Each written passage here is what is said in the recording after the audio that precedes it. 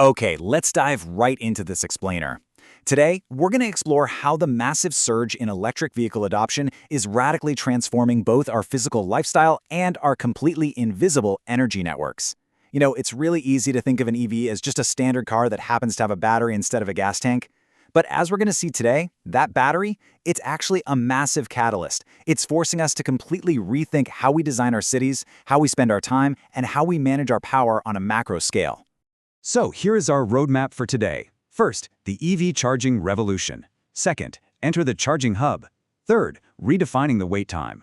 Fourth, the vehicle-to-grid shift. And finally, AI and the smart grid. Let's get into it. Section 1. The EV charging revolution. To really understand this monumental shift in our infrastructure, we first have to wrap our heads around the sheer scale of the electric vehicle boom happening globally right now. Check this out. EV sales saw a staggering 75% increase in just the early months of 2022 compared to that exact same timeframe the year prior. That translated to over 2 million units sold in just a matter of months. Now, obviously, this unprecedented growth is fantastic news for lowering CO2 emissions, but it creates a massive, immediate challenge on two separate fronts. On one hand, you have drivers who desperately need convenient places to charge, and on the other, you have local power grids that urgently need stability to handle these sudden, massive spikes in electrical load. That brings us to Section 2. Enter the charging hub. So how exactly do we solve the physical problem of millions of new EV drivers needing a charge while they're out and about? Well, we build destinations. We aren't just talking about a couple of standard, lonely chargers hidden at the back of a dark grocery store parking lot. We are talking about designated charging hubs. These are purpose-built areas providing multiple EV stations, and they're often totally integrated with technical installations like stationary batteries or even solar panels. But crucially, they feature premium lifestyle amenities. We're talking sparkling restrooms, super comfortable waiting lounges, and high-quality food and beverage services. These hubs are strategically placed right in urban centers or along high-traffic routes. And why is this specific model so vital? Because research shows that a massive 44% of EV drivers actually do not have the opportunity to charge at home. They rely entirely on public infrastructure. And you can really see the contrast here in how our driving behavior is fundamentally shifting. The classic charging approach has been entirely opportunistic, right? You happen to visit a mall or a restaurant, and if a charging station just happens to be available, you plug in. It's basically an afterthought. But with this new charging hub approach, we're shifting to planned charging. You are proactively driving to a dedicated destination that was built specifically for your comfort and convenience while your vehicle powers up. Section 3. Redefining the wait time. So, the industry is tackling the absolute biggest friction point of electric vehicles head-on, and that is the clock. Because right now, the average DC fast charge still takes about 20 to 40 minutes. So the big question is, how do you make a 20 to 40-minute wait feel like a premium luxury experience rather than an annoying chore? Well, instead of sitting in a dark, empty parking lot just endlessly scrolling on your phone, drivers are stepping into these incredibly sleek, purpose-built environments. I mean, look at this modern, multi-level Audi charging hub. It honestly looks more like a high-end architectural pavilion than a gas station. The entire goal here is to transform waiting time into valuable time. Inside these premium hubs, the amenities are designed to fit seamlessly into a busy, modern lifestyle. Say you're a business traveler. You can use this downtime to actually boost your productivity at a dedicated workstation with high-speed internet. Or maybe you've been on the road all day and just need to stretch out. You can literally get a quick workout in at an on-site gym or wellness facility. It is entirely reframing the pit stop from a frustrating delay into a productive, even healthy part of your day. And it goes even further than just catching up on emails or hitting the treadmill. For the ultimate convenience and rejuvenation, some of these hub concepts are including private power nap resting pods. Seriously, you can literally sleep in a safe, quiet, dedicated space while your car charges right outside. This is absolutely the peak of the new premium charging experience. Now, to build this kind of premium experience and successfully capitalize on that captive audience, businesses are following a very clear three-step framework. Step 1 starts with product definition and feasibility, essentially truly understanding the customer and finding that perfect real estate location. Then Step 2 moves into developing a rock-solid business model and business case to ensure it's economically viable and to pinpoint any additional revenue streams. And this all culminates in Step 3, launching a pilot project to actually test the waters with service providers and tech partners. It's a highly structured path for companies looking to enter this incredibly lucrative new market. Section 4, the vehicle-to-grid shift. Okay, let's pull back the curtain and dive into the backstage. Because while you are sipping premium coffee in that fancy lounge or catching a power nap, beneath the surface, your EV is doing something pretty incredible. It's actively interacting with the city's power grid.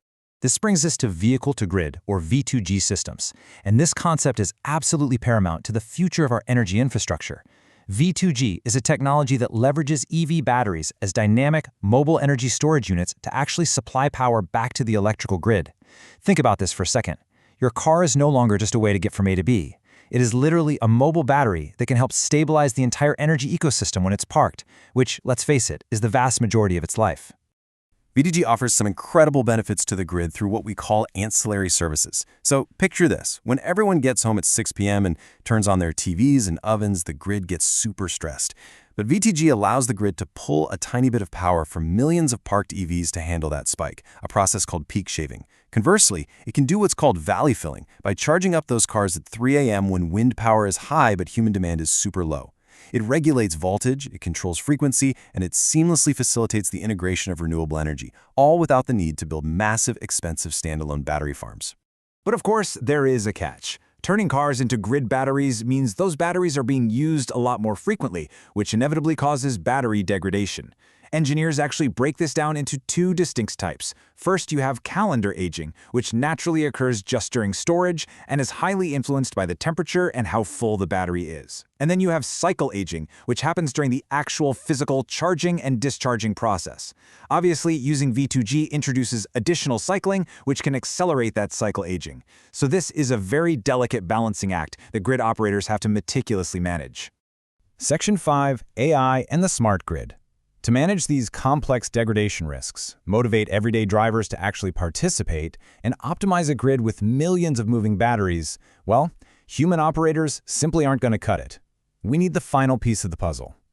Right now, we're watching a rapid evolution in charging innovations. We are heavily moving away from uncontrolled charging, where a car just pulls maximum power the second it's plugged in, totally straining the grid. Instead, we're moving towards smart charging and indirectly controlled charging. This is where dynamic pricing models like time of use or real-time pricing really come into play. By adjusting the price of electricity minute by minute based on the grid's current load, systems can financially incentivize EV owners to charge when power is cheap and supply power back when the grid needs it most. It's brilliant. But to manage this massive, incredibly complex network of dynamic pricing and real-time power flow, cities use what's called an Energy Distribution Management System, or EDMS. The EDMS relies heavily on constant real-time data streams from vehicles. It needs your vehicle's precise location, its battery's current charging status, and even your personal user preferences. By analyzing all of this data instantly, the EDMS can accurately predict EV demand and its exact impact on the grid, which ensures overall stability and an unparalleled quality of service for everyone connected. But here's the thing. The EDMS needs a brain to process all of this data, and that brain is machine learning. By using some pretty advanced optimization tools, things like artificial neural networks, support vector machines, decision trees, and long short-term memory, or LSTM models, the grid can recognize highly complex temporal patterns in power consumption. Think of these models as ultra-smart pattern recognizers. They are incredible because they can accurately forecast load profiles and execute optimal dynamic pricing strategies entirely without human intervention, even when the data is noisy or uncertain. They are literally the invisible maestros conducting the flow of electricity across a smart city. So, as we wrap up this explainer, I want to leave you with a final thought to consider the next time you plug in. We've seen the highly visible, luxurious, front-stage hubs being built for your personal comfort, and we've peeked at the incredibly complex, AI-driven backstage systems being built for our collective grid stability. So look ahead just a little bit with me. In 5 years, will your car just be a vehicle, or will it actually be a mobile power plant fueling your entire smart city? Thank you so much for joining me on this deep dive today, and keep seeking to understand the incredible transformations happening all around us.